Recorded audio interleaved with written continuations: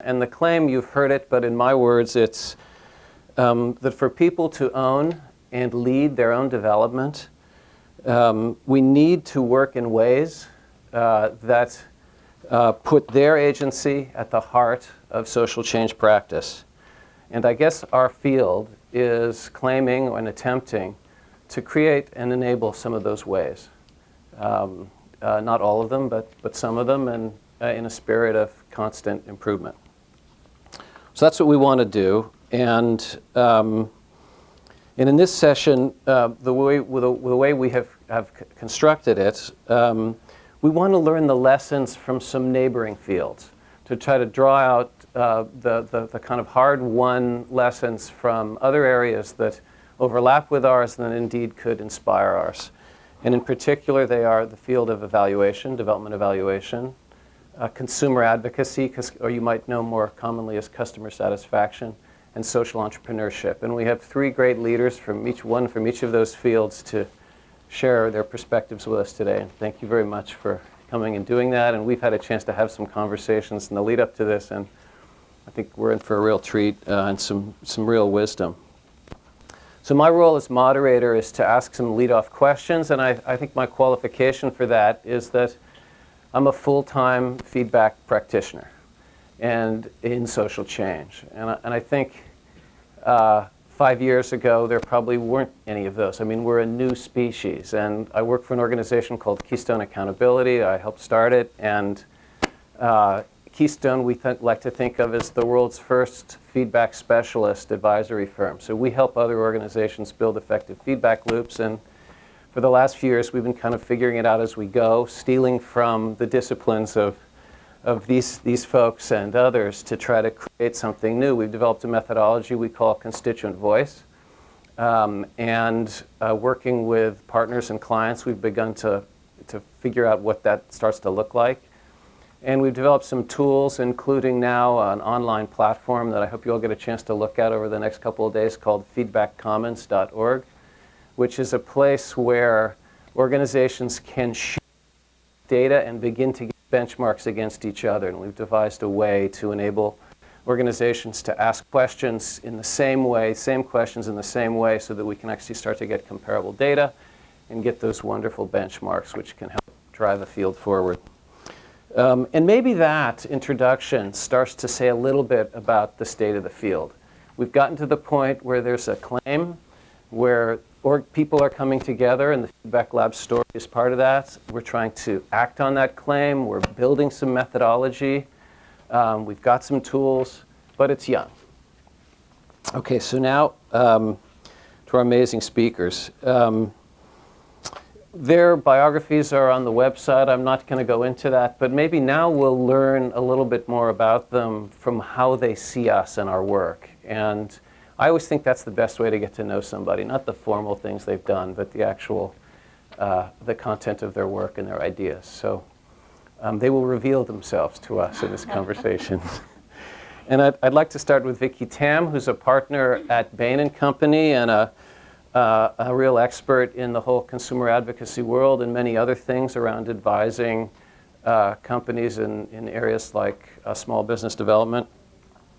So Vicki, you come from a very competitive field, and over the last 50 years, I think it's fair to say that the customer satisfaction or consumer advocacy field has transformed business, many businesses, millions of businesses, in a way that I think we in development can only aspire to. So my question to you is, how'd you do it? And what is it that we need to do in the social change space that we can learn from the journey of consumer advocacy?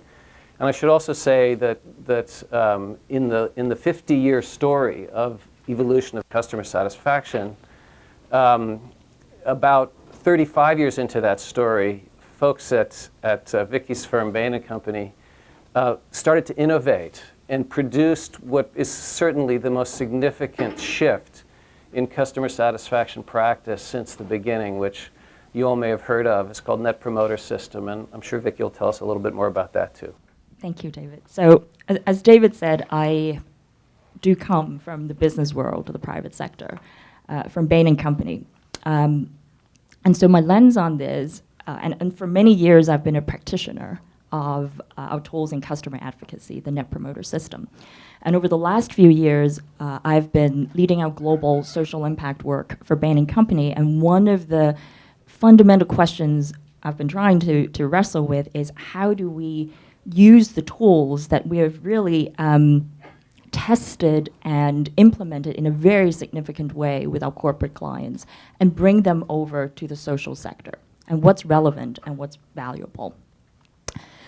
Now, as I try to answer David's question, is worth going back to a little bit of history of Bain & Company and how we literally wrote the book on what we call the ultimate question, the Net Promoter Score and then the Net Promoter System. And that started in 2006, so almost a whole 10 years ago. And the author of the book was Fred Reichelt, and there's a co-author, Rob Markey, and they really are the godfathers or grandfathers of the whole customer loyalty thinking that we've been pioneering and the Net Promoter System. The first thing to keep in mind is really the language. It is not about customer satisfaction, and that is really a big misnomer. And what Fred and Rob realized is that that was simply the wrong question. Asking customers, how satisfied are you, is not telling you a whole lot.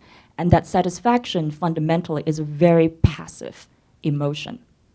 And so they started testing a series of different questions that are far more predictive of actual customer behaviors and how they connect to financial outcomes.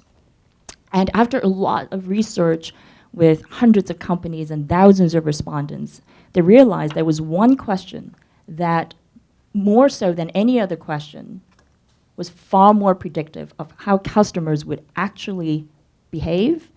And because of those behaviors, it would lead to more profitable growth and better competitive performance. And that question is what we call the ultimate question. And that question is the following: how likely are you to recommend a particular product or a particular service to a friend or family member? That's the question. Actually, there are really two questions. You first have to ask the question, and then you have to ask why. Why did you give that score? Just to provide a little bit more technical detail, when you ask the likelihood to recommend question, there's a 10-point scale, and this is important. It's from 0 to 10. If you answer 9 or 10, we call you a promoter. If you answer 7 or 8, you're a passive. And if you answer 0 to 6, you're a detractor. And hopefully those names are kind of intuitive in terms of what that means. But essentially what we found out was that once you're able to classify the respondents, you actually know how they will behave. And promoters, not surprisingly, were proven to act in a different way.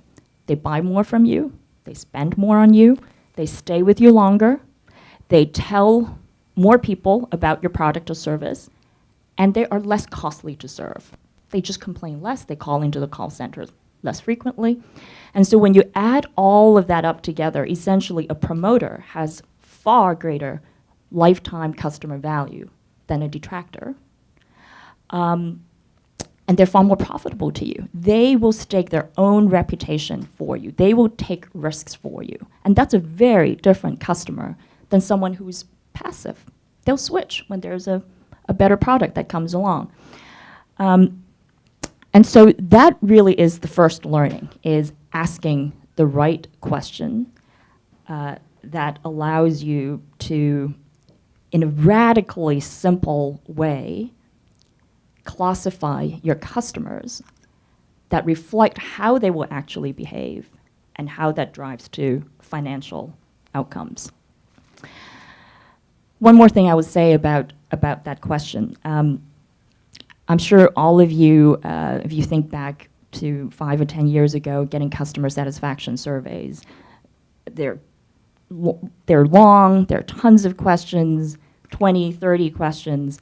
So the radical simplicity of this, distilling it down to 2 questions, is absolutely key. There's also something different about this question, which is it gets to the head and the heart, okay? So when you're answering, well, are you going to recommend, you're answering not only about does it have the best product, sort of best features, best service, best price, you're also commenting on, does this company know me?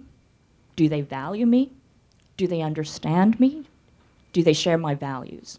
Okay, so that question is giving you data that previous satisfaction surveys do not give you.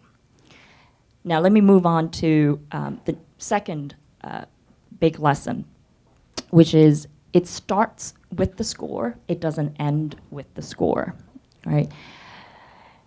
Net Promoter, NPS actually doesn't stand for Net Promoter Score, it stands for the Net Promoter System.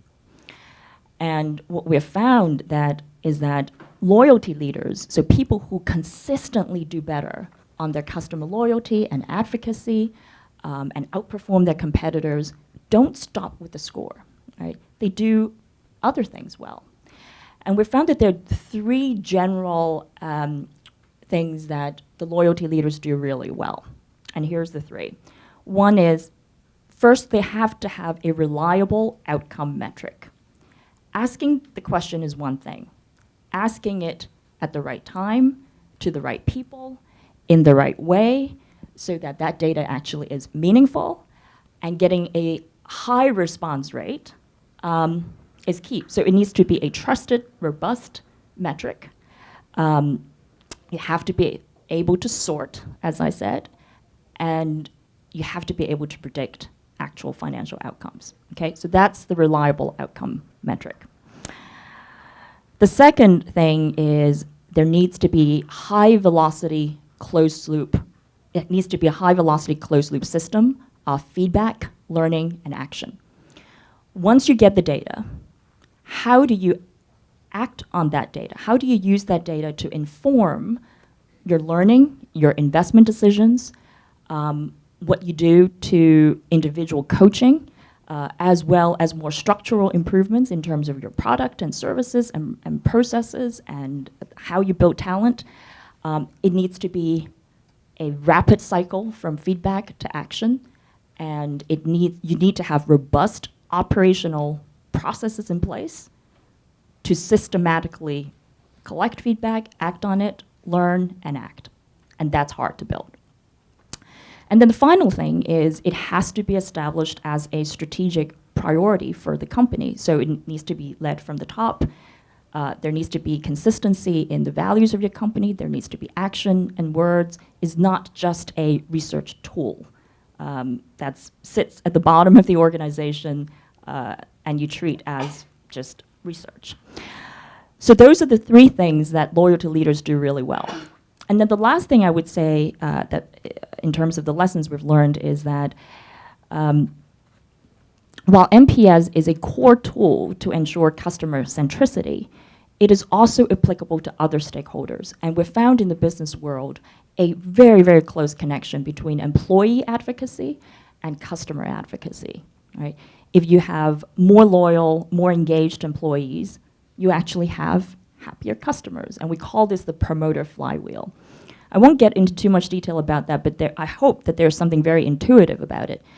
And when you think about how it translates to the social sector, and you're obviously dealing with even more stakeholders, you're dealing with donors, right? Different kinds of funders, you're dealing with volunteers, and of course staff and alumni. How do you think about the use of that tool to understand how you're doing in terms of building stakeholder advocacy, and how do you make sure you're doing the right things to increase that stakeholder advocacy so that you can build a sustainable organization? So let me pause there, but hopefully that answers your question. Oh, that's fantastic, and there's so much richness here, and I look forward to the second half of this session when all of you can be firing your questions on this, and I'm sure this has provoked quite a few. Let me just ask one provocative follow-up, which is, okay, demonstrably incredibly powerful, huge impact in the consumer space, but very little impact in the social space so far. But it's been tried, let's be clear. We did a piece of research in 2007-8 that looked at the practices around beneficiary feedback, as it was called, in human services in America, and we discovered that federal government funding requires customer satisfaction surveys, and they were asking, of course, the wrong question. Maybe it's part of the explanation. But we went around and we interviewed literally hundreds and did surveys and research and hundreds of human service organizations in this country, and they all said, yeah, we do it, and we get no value from it. So why is that? Why have we not, and what do we need to do to actually start to get that incredible value that the business world has? Or what is it about our world that maybe it's more than the adaptations that you've started to hint at? I mean, I guess let me start with the first one. Why hasn't it worked in our space? Yeah, I mean, that could be a really long discussion, but I'll take a crack at it.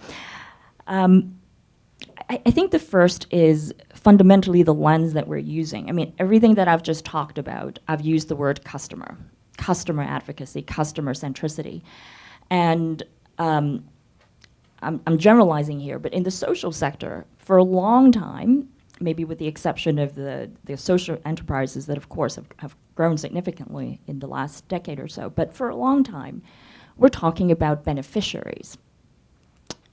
And those are different. And that's a fundamentally different lens by which we view who we're providing the goods and services to. And clearly my co-panelists will have more insight into this, but I think when you view someone as a beneficiary who start with very little and you're giving them something, of course you should be happy with it. Of course you're going to put up a smiley face.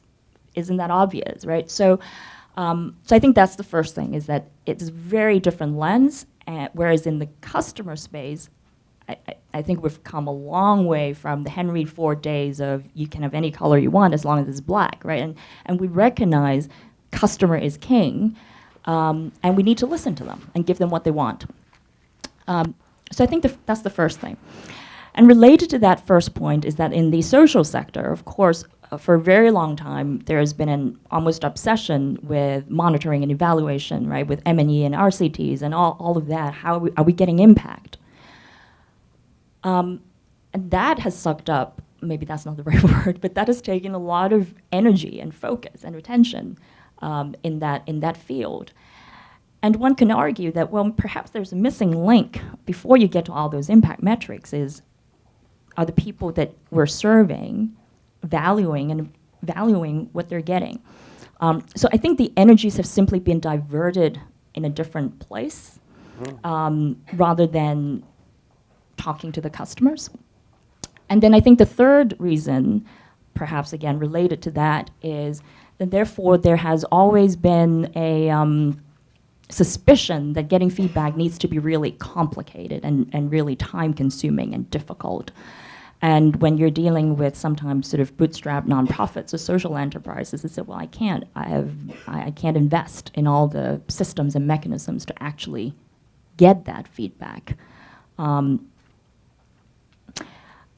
perhaps the last part to that answer is also, it's hard to get it right? When you're dealing with a segment of the population that in general are disadvantaged and low income, they go through most of their lives without being surveyed, right? I mean, they don't get customer surveys. They may not be asked for feedback about anything.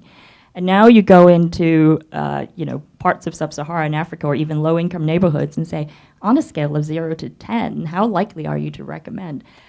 They don't even have the right sort of cognizant framework to understand what are you asking me, right? So I think we need to understand that we have not probably been asking these customers, these populations, for feedback. They're not used to it. And there's work to be done to make sure they understand what we're asking so that they can give us the right answers, right?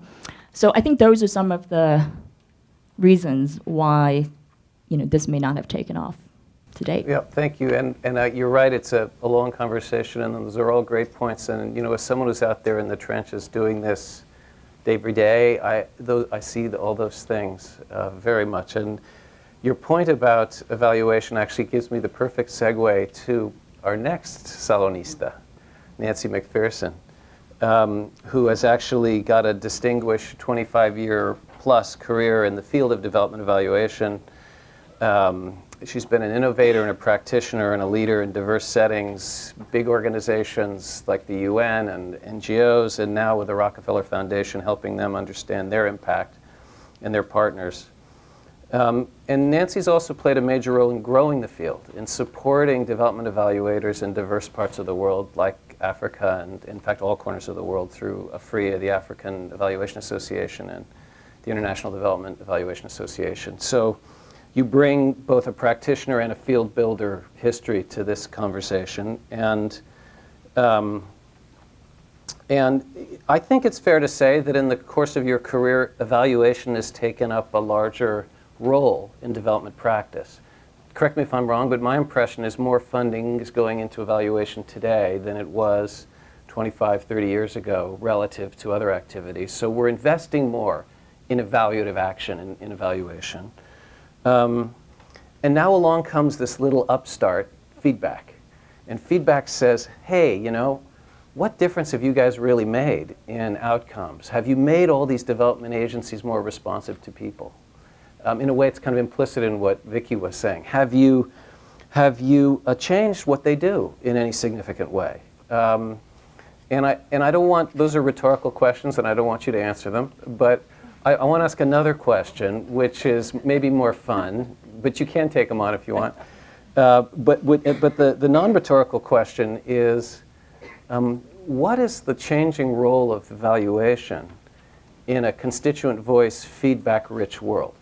And how can we see this emerging new discipline as an enabler to a better kind of evaluation and evaluative practice? Thanks, David. And so my answer to your question to Vicki would be, social change is more complex than buying a product. And we'll get to the issue of complexity. And you know, I think some of the tools, it's fit for purpose, we need to kind of look at. But we'll come to that. I wanted to first start by acknowledging what Dennis has done here. And I think one of the things that we all need to do is change mindsets and put together different ideas. I mean, this is absolutely fabulous, and I'm losing my it really is. And when I first came to see this place, you know, this is Washington. This is government, and I expected, you know, offices and hallways and doors. And I came in and I thought, wow, this is really good. So this, as a start to the conversation we're going to have today, is, I think, what we all need to do. We need to be open to more ideas. We need to be open to reframing the way we think of things. But that's not what you asked me to talk about, David. So I will. I will talk about evaluation. So I started in international development evaluation in the 1980s in northern Zambia, clutching my copy of Robert Chambers' People First, and my rural appraisal notes, and my, you know, learning to do transect walks, and learning to, you know, go through villages, and, you know, really trying to understand what was going on. And, you know, that changed my life. It stayed with me forever. I mean, I think I believed in it before I got there, but it certainly has shaped the way I look at the discipline of evaluation, the field of evaluation, leadership in evaluation, and it has certainly deepened my conviction that what Dennis and David and all of you here are trying to do with feedback labs still is not a fundamental core in a way that is effective enough in evaluation and in many disciplines. So I want to come to that because I think movements come and go, and we're part of now a very data-driven movement. But evaluation as a discipline and profession has been around for 65, 70 years, you know, starting in the 50s with the whole sort of scientific endeavor to explain things in a social science way with causality, flipping into a phase in the 60s and 70s around the whole management by objectives, trying to get more oriented to what we were really trying to do, moving then into more of the participatory era of the 80s and 90s. And there are bits of that still kind of linger in everything we do. But we are now in this kind of data-driven era, and in the whole sort of social impact measurement era. I was last week at SOCAP in San Francisco, and how many people are connected to that world? Because I want to come to where these worlds are. Okay, this is the big social capital summit. You must have been there. Were you there? Yes. I was not. Okay, but you have been, I'm sure, yes. So there's a whole world out there in impact investing, private investing, that's looking at social impact measurement. How many of you have been involved in evaluation as we know it? Program, project, evaluation. Okay, so more from that side. So you are probably very aware, well, maybe this room is an exception, that these worlds don't talk to each other much. At SOCAP, there was hardly anyone. No one knew what or very few of the sessions, we were in 4 or 5 sessions on measurement, knew what the American Evaluation Association was, knew what the African Evaluation Association was, had ever been there, and vice versa. At the American Evaluation Association last year, we had a big panel on how are we going to be involved with the whole sort of impact investing measurement.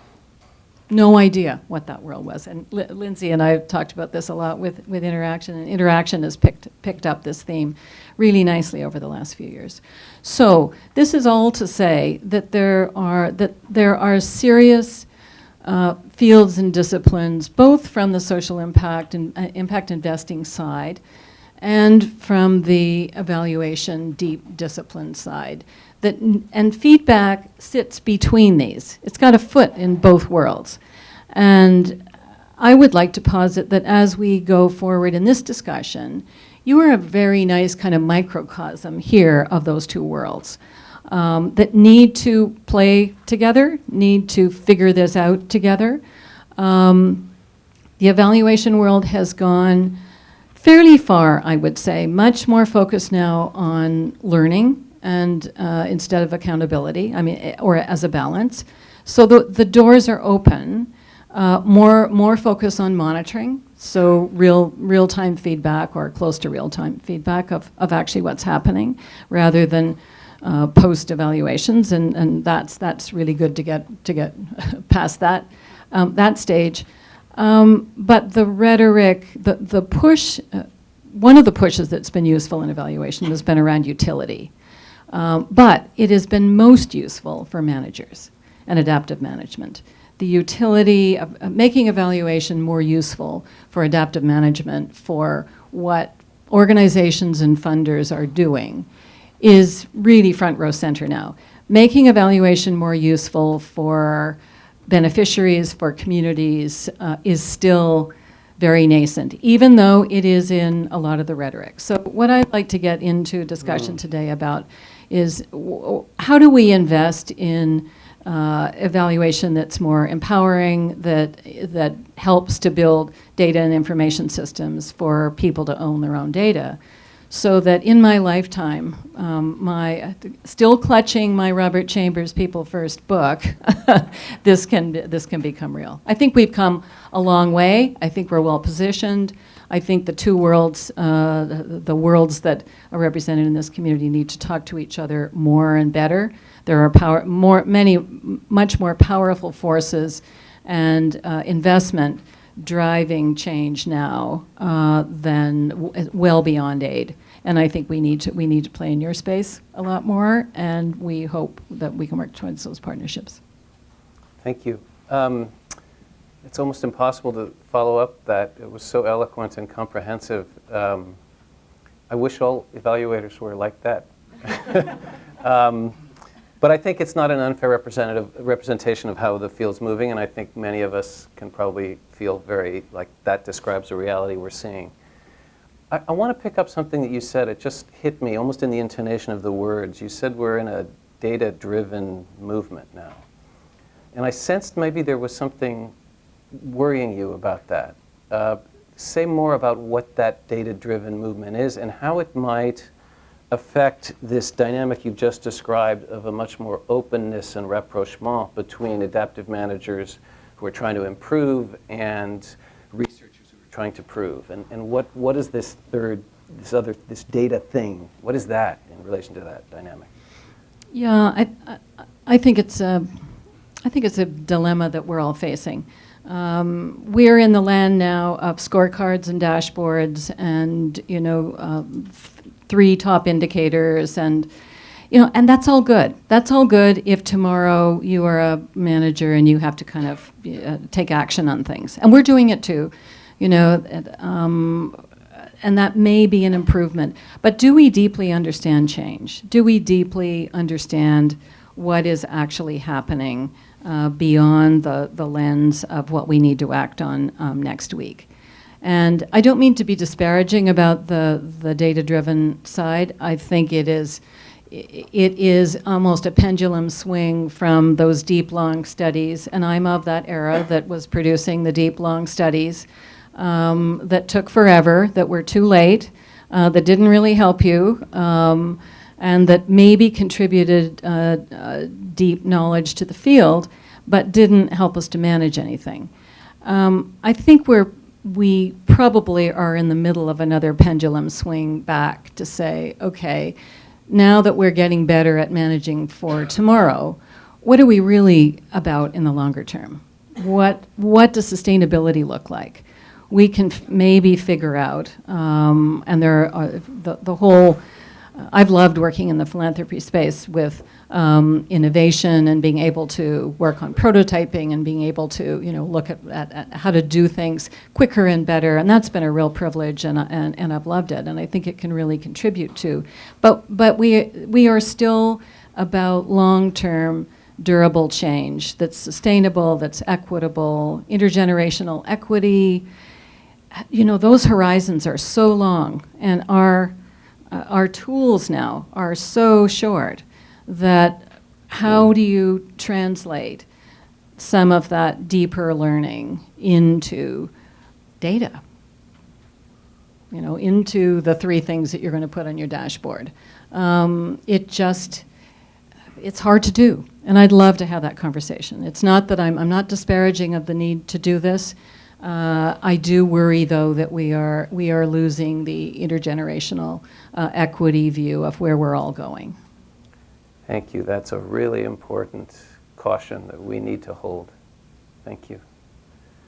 So, Diana Wells, your career spans almost the entire, I won't say emergence, eruption of social entrepreneurship over the last 30, 35 years as a major force for good in the world. So let me be a bit audacious and even outrageous and just say that Feedback Labs wants to be the next Ashoka. And we want to make constituent voice and feedback as important for social change practice as social entrepreneurship now is. So how do we do that? It's a great question. And I want to start by saying how happy I am to be here and have so enjoyed the opportunity to work with David both in Ashoka and with Dennis as he was in-house. And so I think both Constituent Voice and Feedback Labs have made Ashoka better, and hopefully Ashoka has contributed to their thinking here. I approach this wearing a couple of different hats. One, as someone who has been part of the movement of social entrepreneurship since the late 80s, as an anthropologist. And becoming an anthropologist was fueled in part by an early period that I had at Ashoka and watched Ashoka evolve its methodology and its approach to thinking through how we understand social entrepreneurs and social entrepreneurship, and most importantly, how to drive social change, or who are the best drivers of social change and why, which is where Ashoka's work started. So and then a third piece, which is in-house at Ashoka, I was tasked with helping build our understanding of impact, which we called measuring effectiveness, not measurement and evaluation, but measuring our effectiveness, which included both a customer feedback or network feedback element, as well as understanding what we were learning in the process of doing our work. So the idea of social entrepreneurship was born from a perception that the best drivers of change are the people who are embedded in communities, who are getting customer feedback in the day-to-day work that they're doing, not with beneficiaries, but with a target population. And that in understanding our selection, in perfecting the selection process that we have and the criteria that we use for that selection process of social entrepreneurs, we understand that these are people who are driven ultimately by making a big change in society, that they are fundamentally ethical people who are driven by that desire for the good of all, not for fame or fortune or other pieces, but for that impact. That they are people who are creative, fundamentally can take feedback, the feedback that they're getting from the people that they're working with every day, and make adjustments. And in our process of bringing these people into our network, it is an intensive conversation. It includes time at the field site. It includes conversations with the individuals whose lives are going to be changed. And we are interacting with people in that setting further who have understood how to drive change in that setting. We see that I came to Ashoka after having spent time in India as an undergrad. And my big aha there as a student was, as an outsider, I had a very specific role. I went to India initially thinking that I wanted to understand how a civilization as old as India had some lessons to come back to change things in the US. In the process, one of the first experiences I had with a local organization that was designed as an environmental movement to clean up the Ganges River.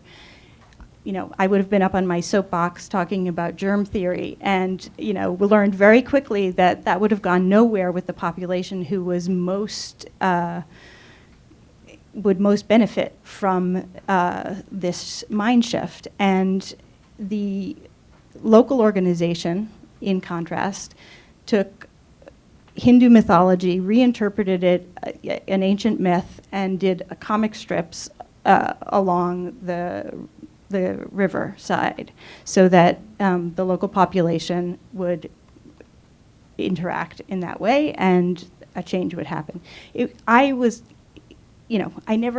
recognized within my first month that that was not something I would have come up with, and it was a solution, and it was working, right?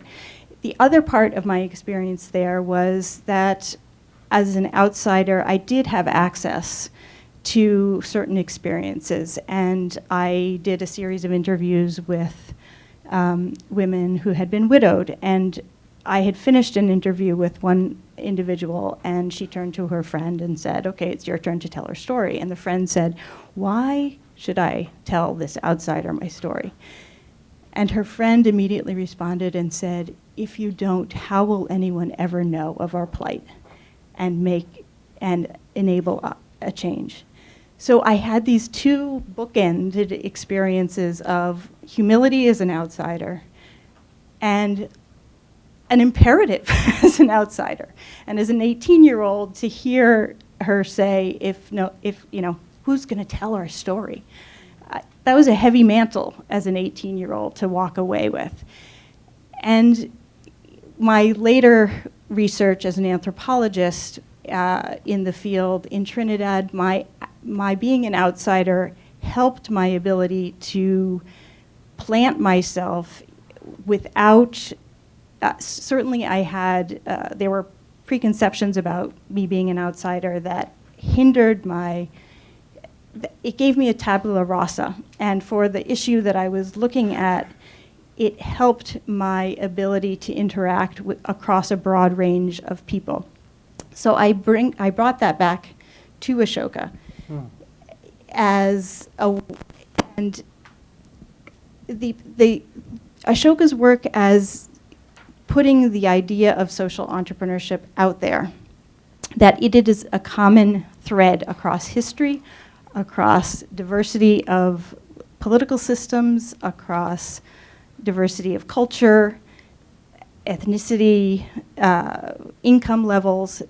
Ashoka's network is comprised of people across all of this diversity, but there is a common, we might say, personality type, a person who has the desire and the vision and the personal skills to drive change.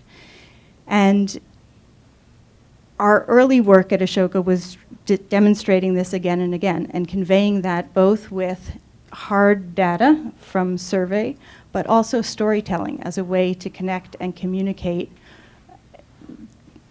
who those individuals are and what drives them and the story of the kind of impact that they're having.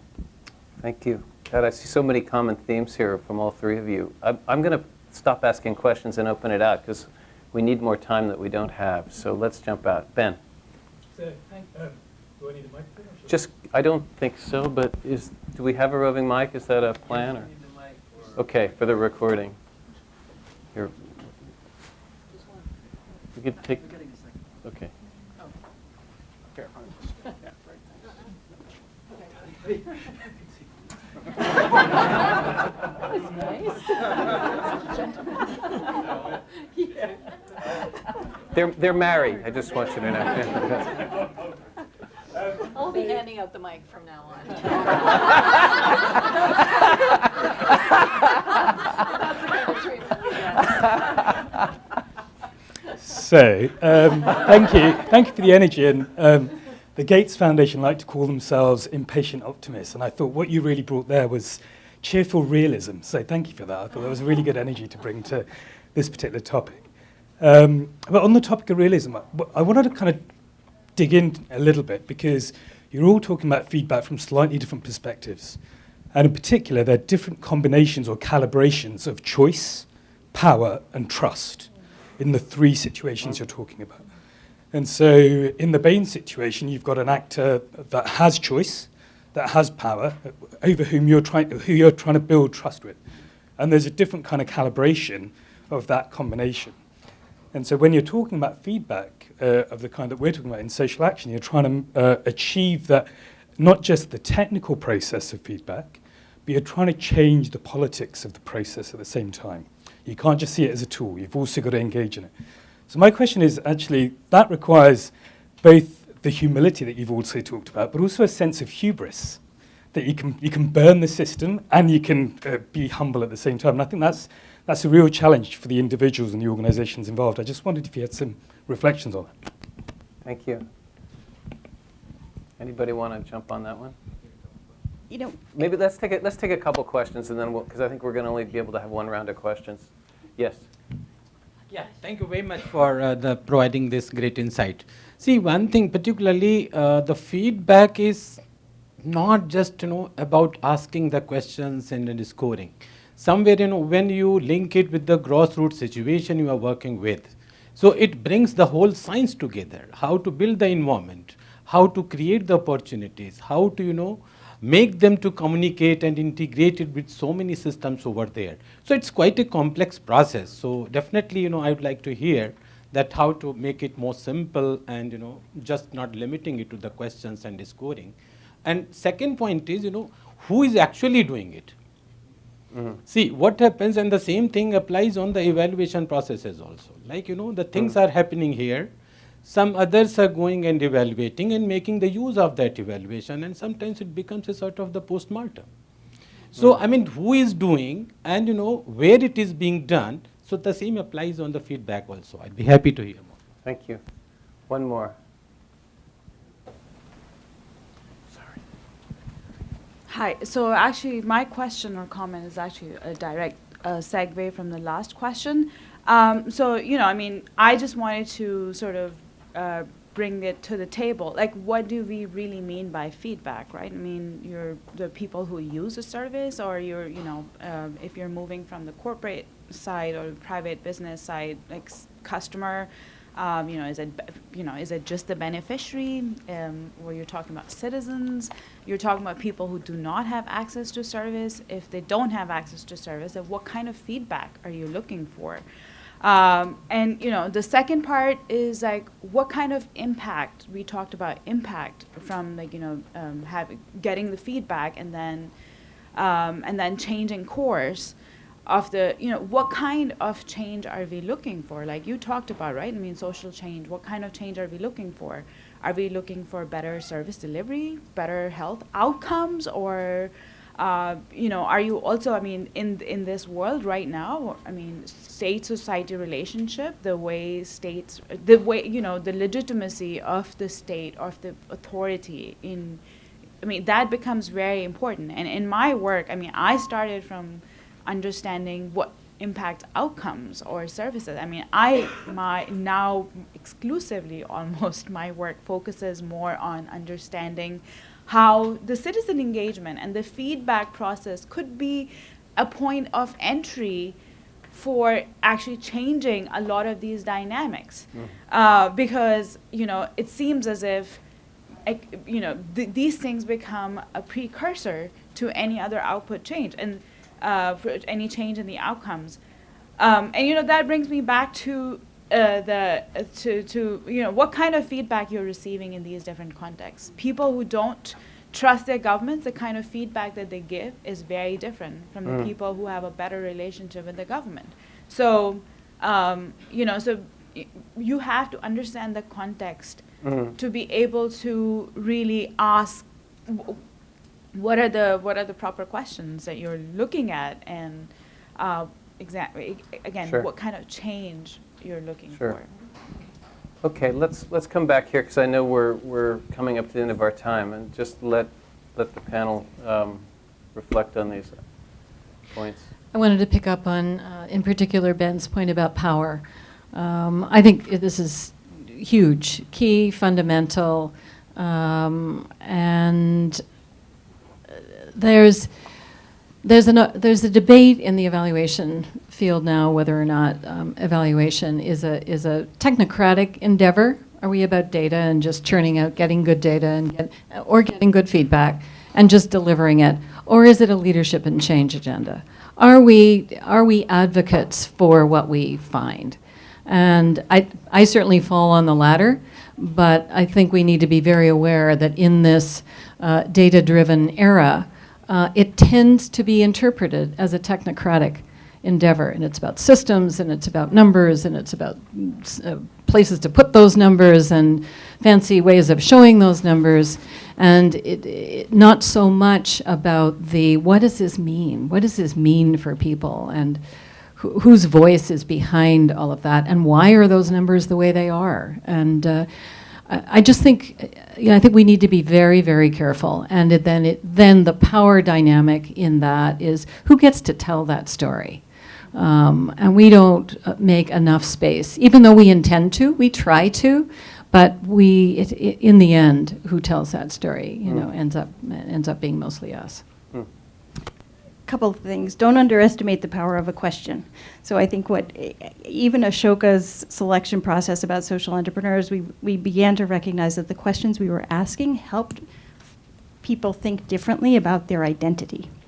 And that was a driver for the change that we were trying to seek in the world, which is people owning this identity of a social entrepreneur, that we were normalizing that as a professional course, and opened up the floodgates, hopefully, of a movement by doing so. Social change is complex, and social change takes a long time. So feedback loops are important in terms of quick adjustments that need to be made, but also data, both statistical data as well as qualitative data to check those statistics or to get the deeper level, have an important role to play longer term to really understand, are you moving the needle? So I think immediate feedback helps you understand if you are connecting with the people, with people that you are seeking to lives to improve. And their voice is critical in that process. And good heavens, the ideas among those voices are often, and that's the big learning, I think, for social entrepreneurs is, the humility that comes with being open to those kinds of voices to help leap over the next challenge. Just to summarize a point on that, LIFT, one of the organizations that will be here, I don't think LIFT's represented today, but they will be tomorrow, talks about feedback or constituent voice as a triple threat. You can get to a reliable metric, and you have to ask the right question, and so on. Secondly, it isn't part of the intervention itself. It reinforces the very thing you're trying to create. And thirdly, you actually can discover new solutions. So there were a number of questions, so hopefully I'm touching on at least a couple of them. When we use the NPS question in the business world, we assume it works because, again, there's a customer relationship there. And embedded within that is the recognition that there is perhaps, not perhaps, but choice, and there is an exchange of value, right? Now, I would like to believe that if you are a social enterprise who is selling to low-income customers, there's no reason why you couldn't be asking the same question. I think a harder question is, well, what if there is no exchange of value and you are a beneficiary? Does it still work? And the short answer is, I don't know. And I think that's what's going to be interesting to figure out in this space.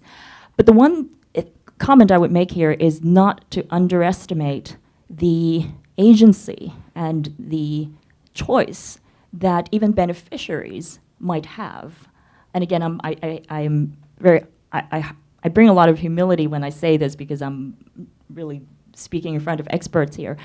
But I believe that even as a beneficiary, there is choice around how you might want to engage in that program, whether you engage at all, or at least the attitude you bring to it, the degree of engagement you bring to it. And I'll just share a quick example here. I work with an organization called Endeavor, which is a nonprofit that provides services and to help accelerate entrepreneurs in a lot of emerging markets. They provide mentorship. Actually, that's a lot of what they provide, but different acceleration services. They charge a fee of several $1,000s a year for entrepreneurs who are able to get through the whole selection process. Now, they ask entrepreneurs that are in their network the Net Promoter question every year. And you may think, well, they pay a fee, but honestly, it's so nominal relative to the size of some of those companies and the value that they're getting from some of the best business leaders in their country and globally that really it is very nominal. So for all intents and purposes, they are kind of a beneficiary. But even in that context, we were getting meaningful feedback to that Net Promoter question. There are some very low scores and there are some high scores. And when you ask them, well, why are you giving this score? They'll say, I don't like my account manager, or this service is not valuable, it's very hard to access this global service, XYZ, right? So based on that feedback, Endeavor was able to improve the services they provide and how they provide them. So my main point here, therefore, is it's interesting and important for us to think about whether even in a beneficiary context, there is choice of some degree, and we should explore that. The second point I would make here is that in the development world, the word of mouth impact is likely more important, not less, than in a regular business. And in my role, part of the work that I do is look at inclusive supply chains in agriculture. And last year we co-authored a report with Acumen called Growing Prosperity, actually funded by the Gates Foundation, looking at what really drives smallholder farmer adoption of agricultural innovations. And we asked for feedback. We asked for a lot of questions around, why did you adopt? How long did you use it? Why did you stop using it? How did it change your life? What did you like about the product? And what was interesting was that we found that for the early adopters, obviously, they heard about the product from the sales officials, right, from the salespeople from the company. But people who adopted the product after a year, vast majority, a whole 2/3 of them, heard about that product from a family member or a neighbor. 2/3, right? So again, this might feel intuitive, but in a lot of the development world, that word of mouth effect, or just looking, that demonstration effect, is absolutely vital to customer adoption. And if you then carry it forward, okay, if they're adopting the product, right, I'll just take an example. We looked at micro drip irrigation, and they're producing more, and they're making more money. Adoption then becomes intimately connected to impact, right? So what I would be so excited to see, and I don't know whether that's possible, was particularly in the foundation world, how does customer advocacy that social enterprise is creating and how that's trending, how does that become perhaps a integral part of metrics that you ask for and that you use to inform potentially your funding decisions and to get insights about what programs are actually working or not? And I don't know how far we are from that in figuring out what that metric could be, but in my wildest dreams, I would say, can we find that, that metric that we've now found in the business world? And that just becomes a standard thing that foundations and other people in the development space look for as a way to assess whether something is working or not. And that ultimately we can find that connection to impact, similar to the connection we were able to find in business between customer advocacy and profitable growth. So let me pause, let me end there. Thank you. Big discussion about that in the Social Capital event last week. And yeah, I think there's huge support for that, and lots of organizations are moving to do that. Just need to do it better, need to be counting not just outputs, but outcomes and real impact. Here, here. Let me just say thank you all to a fabulous opening panel, to Diana, Nancy, Vicky, and David. I think you did your job. You just whetted the appetite for the rest of the day, but thank you all very much.